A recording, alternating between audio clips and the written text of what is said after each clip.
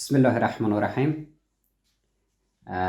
خوش آمدین به بار دیگر به کانال یوتیوبی آموزش روسی در فارسی. خب در قدم نخست دوستا سال 2024 را برای همه شما بیننده هاگان و عزیزانی که ویدیوهای آموزشی ما را میبینن تبریک و تهنیت عرض می‌دارم. ما بنده سال 2024 رو به نام سال موفقیت ها نامگذاری کردیم. اینجا شاید بتونم ببینیم. آرزومندم که در این سال یک سال پر از موفقیت ها، پر از سلامتی، پر از آرامش، پر از آسایش داشته باشین انشالله. خب میریم که زیاد روی نشود.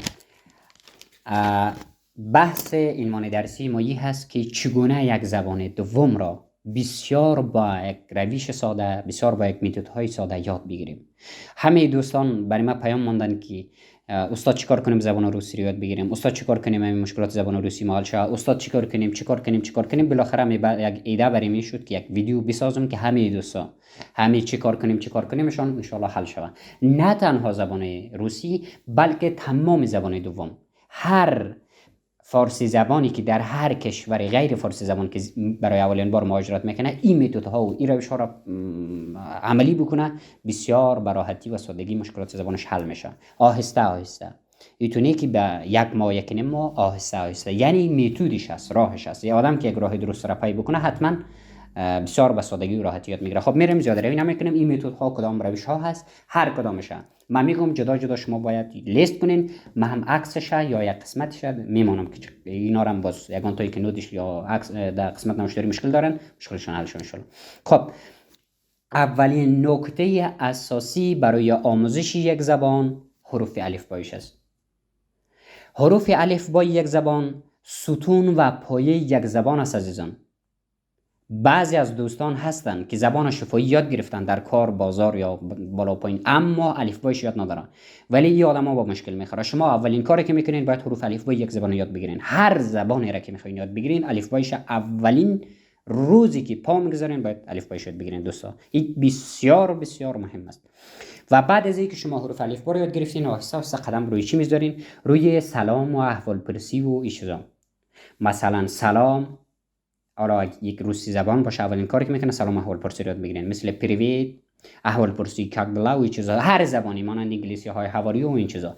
یعنی اولین بار بعد از حروف الفبا شما باید سلام احوال پرسی رو یاد بگیرین و معرفی خود را نیز یاد بگیرین. من کی هستم، از کجا هستم، نام من چیه، چند ساله هستم، کجا درس خوندم، چی به چی. این چیزا بخشای نکات اساسی است که باید یاد بگیرین دوستان عزیزان. و بعد از اینکه شما این دو مرحله رو یاد گرفتین، مرحله سوم چی هست؟ سومین مرحله که بسیار بسیار مهم هست اعداد هست. اعداد یکی از بخشای اساسی هر زبانی هست، چه فارسی، چه انگلیسی، چه روسی، چه بریتانیایی، چه هر زبانی که باشه، چه آلمانی. اعداد خیلی نقش اساسی را بازی میکنه عزیزان. 1 2 3 عرف از اعداد چی هست؟ 1 2 3 و 4 اینا خیلی در امورات روزمره بی‌نهایت کاربرد داره، در هر جای استفاده میشه. و بعد از این که شما اعداد رو یاد گرفتین از 1 الی n الی میلیون، شما کم کم آهسته پا بگذارین، آهسته به محیط کم کم آشنا میشین و روی یادگیری لغات‌های کاربردی در محل کار خود. شما هر جایی که کار میکنین، چه در دکان مواد غذایی، چه در بخش پوشاک، چه در هر جایی، چه در رستوران، هر جایی که شما کار میکنین همون لغات‌های کاربردی محل کار خود یاد بگیرین. مثلا من در بخش پوشاک کار میکنم، باید نام‌های پوشاک یاد بگیرم، باید همه اسم‌های پوشاک یاد بگیرم، باید نرخ‌ونوای پوشاک یاد بگیرم، باید لغاتایی که در هر محیطی که شما کار میکنین اون لغات آهسته یاد بگیرین. دیگه دنبال هر جا نگردین، اونمو جایی که کار میکنین اونمو چیزا رو یاد بگیرین آهسته. و بعد از اینکه شما لغات‌های کاربردی محیط کار خود را آهسته یاد گرفتین، مرحله بعدی آهسته میریم روی شما حتما در محیطی که زندگی میکنین حتما به خرید نیاز دارین. شما برای خانه که خرج میخرین، خانه مواد غذایی میبرین، در یک مغازه در دکان‌های مواد غذایی در میین، حتما چیزی نیاز دارین، یا در سبزی فروشی در میین. اولین کار شما الان اعداد را برای خانه چیزی رو که خرید میکنین، شما باید در یک دکان مواد غذایی که در میین باید اسم‌های موادهای غذایی رو یاد بگیرین. و در سبزیجات که در میایین باید اسماء اینا رو یاد بگیرین. این چیزا بسیار نقش اساسی رو بازی میکنه. اگر شما اسمهای تمام سبزیجات و تمام اسمهای تمام موادهای غذایی رو یاد بگیرین، شما خیلی راحت میتونین خرید کنین. خب بحث بعدی ما درباره افعال رفتن هست. افعالهای رفتن یاد بگیرین. هدف از افعالهای رفتن چی هست عزیزان؟ شما زمانی که افعال رفتن یاد میگیرین، در یک جا هستین، برای یک شهروند خارجی میگین من میخوایم فلانا جا برم، نام جا را حتما قبل یاد دارین و فعل رفتن به همون زبان یاد بگیرین. درست شد؟ چون شما گیج و گیجبازی در نمیارین، فقط فعل رفتن میگین و در همون نقطه آدرس خود میگین من فلانی جای میخوایم برم، یا گم شدین در یک محوطه یا محیط، به ما آدم میگین که من میخوایم فلانی جای برم، آدم متوجه میشه که شما میخواین فلانی جای برین. این نکته خیلی مهم است که بعضی ها در بعضی جاها گم میشن و فعلی رفتن و آدرس را خود را بلد باشن، به هر کسی که بگوین همگی متوجه میشن. و بعد از این که شما رو یاد گرفتین، و نکته بعدی که خیلی مهم هست عزیزان، کشورهای خارجی هر کشور از خود یک نوع اپلیکیشن ها یا برنامه هایی داره که اونا را باید همگی یاد بگیرین. این بسیار مهم است. مثلا به طور نمونه ما در قزاقستان میگم، در قزاقستان چندین اپلیکیشن هاست که مردم هایشان شهروندا بسیار زیاد استفاده میکنه. یک نوع اپلیکیشن برای اتوبوس هاست به نام توگیس یاد میشه که از اون میتونی در جایی که میره او استفاده کنی که در کدام اتوبوس میره، با چه نوع اتوبوسی ما باید اونجا برم. یک نوع برنامه یاندکس هست که با او برنامه شما میتونید خیلی راحت تاکسی بگیرین در هر جایی که میخواین برین آنلاین. یک نوع برنامه ها برای اجاره و کرایه کردن خانه و خرید خانه هست که به نام کریش هست. شما از میتونید خیلی راحت خانه پیدا کنین به طور اجاره یا برای خرید و هر برنامه های. یک نوع برنامه برای خرید بعضی اجناس هست که به نام OLX یاد میشه، در قزاقستان است. و برای خرید موتر و ماشین و همچین چیزا هر کشور من مطمئنم که یک نوع برنامه ها و اپلیکیشن هایی را مردم یا بعضی سایت هایی را مردم استفاده میکنن که اونا را باید یاد بگیرین که بسیار برای امورات روزمره در اونم کشور کاربرد اساسی داره عزیزان. خب بعد از اینکه این مرحله را شما آهسته یاد گرفتین، باید افعال پرسشی را یاد بگیرین دوستان. اگر میخواین واقعا افعال های پرسشی خیلی خیلی خیلی مهم است. علاوه بر اینکه شما میرین الکی هر جا بعضی کلمات رو یاد میگیرین، بعد شما نخوره شما باید افعال پرسشی رو یاد بگیرین که در صدر بسیار کاربرد داره. افعال پرسشی کدام افعال هست؟ کلمات پرسشی را ببخشید. کلمات پرسشی کدام کلمات است؟ مانند چند، کجا، چطور، چرا، چه وقت. اینا را در هر زبان هر جایی که هستین باید یاد بگیرین. مثل که ما در کشورهای روسی زبان هستیم، این کلمات برای ما بسیار مهم است. در داخل شدن در یک دکان مواد غذایی، اولین چیزی که یک چیز برمی‌داری میگه چند، فقط میگه اسکولکا یک کلمه چند معناته در زبان روسی. کجا به معنی کوده. انگلیسی هم همچنان ویر. مثلا هر جایی که شما این کلمات خیلی مهمه.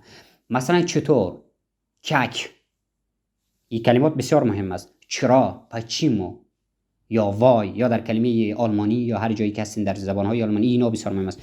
مثلا چه وقت. تمام کلمات پرسشی را شما باید یاد بگیرین که خیلی خیلی خیلی کاربرد داره. خب بعد از این برای آموزش یک زبان که خیلی مهم است دوستان، صحبت کردن است. بعضی از دوستان ما میگه من یاد دارم زبانم ولی شرم میاد صحبت کنم. عزیز دل، اگر تو صحبت نکنی زبان را یاد نمیگیری. شما باید 100% صحبت کنین. یگانه امتیازی را که انسان‌های برونگرا داره، انسان‌های برونگرا در بخش آموزش زبان خیلی بهتر است نسبت به انسان‌های درونگرا. انسان‌های درونگرا زبان‌ها دیر یاد میگیرن، انسان‌های برونگرا زبان‌ها خوب یاد میگیرن. انسان‌های برونگرا یعنی هدف میگی هست که شما اگر 2 تا کلمه را بلد هستین اما 2 تا کلمه خود استفاده کنین. اگر یک جمله میخواین بگین کلمه اونمو زبان اونمو کلمه یک تاش بلد نیستین یا یک تاش به زبان مادری خود بگین، مطابقش بگین به اون زبانی که بلدین. به خاطر که زبان اگه یک بار اشتباه کنین دوباره اشتباه کنین دورسیوم 100% درست میکنن. لطفاً از اون 100% در قسمت مکالمه و صحبت کردن خود افزایش بدین که زبانو بیشتر و با سرعت‌تر یاد میگیرین. خب میخوایم که زیاده روی نکنم. بعد میخوایم نکته اساسی که در قسمت آموزش زبان هست دیدن فیلم و سریال هست. لطفاً در هر زبان‌هایی که هستین سریال های جالب و قشنگ را که برای شما خسته کن تمام نشوه پیدا کنین، فیلم های جالب و براتون پیدا کنین. فیلم ها و سریال ها که از شما را از لحاظ شنوداری و از لحاظ درست مکالمه کردن شما را یاد میده. خیلی راحت شما باید دیدن این فیلم و سریال اینا را تلاش کنین، چون در قسمت آموزش علوم زبان برای شما همکاری میکنم. خب یک چیز دیگره که در آخر میخوایم یادآوری کنم برای همه شما دوستان عزیزانی هست که نوشتن. عزیزان، بعضی از دوستان ما بعضی زبانهای خارجی را یاد میگیرن در محیط و محل کار خود، متاسفانه حتی اسم خود را نوشته کردن نمیتونه. او کاری کرد که اولین مرحله را که میخواست در قسمت آموزش زبان یاد بگیره متاسفانه او را طی نکرد. چی بود؟ الفبا. و الفبا را درست آشنایی پیدا نکرد. اون اگر الفبا را درست آشنایی پیدا میکرد آهسته آهسته میتونست نوشتاری خود یاد بگیره. شما لطفا در قسمت نوشتاری هم تاکید کنین که زبان را که همون چیزی را که تکلم میکنین یا همون چیزی را کسی انسان دیگه که صحبت میکنه ما را بتونین حداقل بنویسین، یا در بعضی جاها یگان متن و اطلاعیه چیزی را میبینین حداقل ما را بتونین بخونین. بعضی ها شفاهی یاد میگیرن متاسفانه نوشته کردن نمیتونن. خب در پایان ویدیو از همه شما عزیزان تقاضا دارم که کسانی که این ویدیوهای مرا میبینن کانال یوتیوب مرا سابسکرایب کنن و کانال یوتیوب مرا حمایت کنن تا ان شاء الله ما بتونم با یک انرژی بسیار قوی ویدیوهای بیشتری را بگذارم تا شما عزیزان هم استفاده خوبی را داشته باشین و ما هم با انرژی در فعالیت بکنیم. در پایان باز هم سال 2024 را برای شما یک سال پر از آسایش، سلامتی و آرامش و ثروت اندوزی آرزو دارم.